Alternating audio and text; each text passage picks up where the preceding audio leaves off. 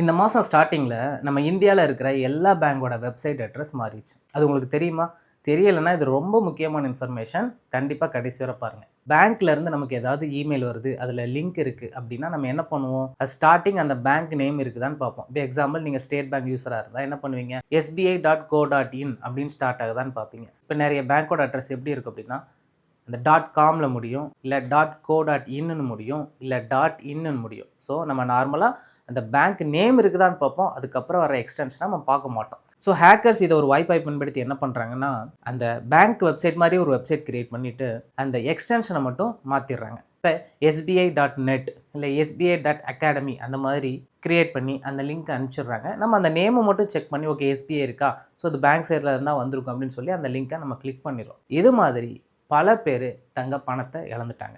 So நான் already ஒரு video நான் சொன்ன மாதிரி ஹேக்கர்ஸ் இது வரைக்கும் 3000 கோடி நம்மள மாதிரியான சாதாரண மக்கள்கிட்ட இருந்து கொள்ளையடிச்சிருக்காங்க.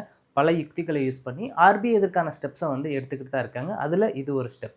ஸோ RBI என்ன பண்ணியிருக்காங்க, bank.in அப்படிங்கிற ஒரு ஹோஸ்ட் கிரியேட் பண்ணி எல்லா பேங்க்குக்கும் ஒரு ஆர்டர் கொடுத்துருக்காங்க. October 31 நீங்கள் உங்களோட வெப்சைட்டை bank.inக்கு கீழே மேப் பண்ணணும். ஸோ இப்போ எல்லா பேங்க்கும் அது மாதிரி மேப் பண்ணிட்டாங்க. ஸோ இனிமேல் நீங்கள் லிங்க் பார்த்தீங்கன்னா எப்படி இருக்குன்னா SBI.bank.in, HDFC.bank.in, Axis.bank.in அந்த மாதிரி தான் இருக்கும்.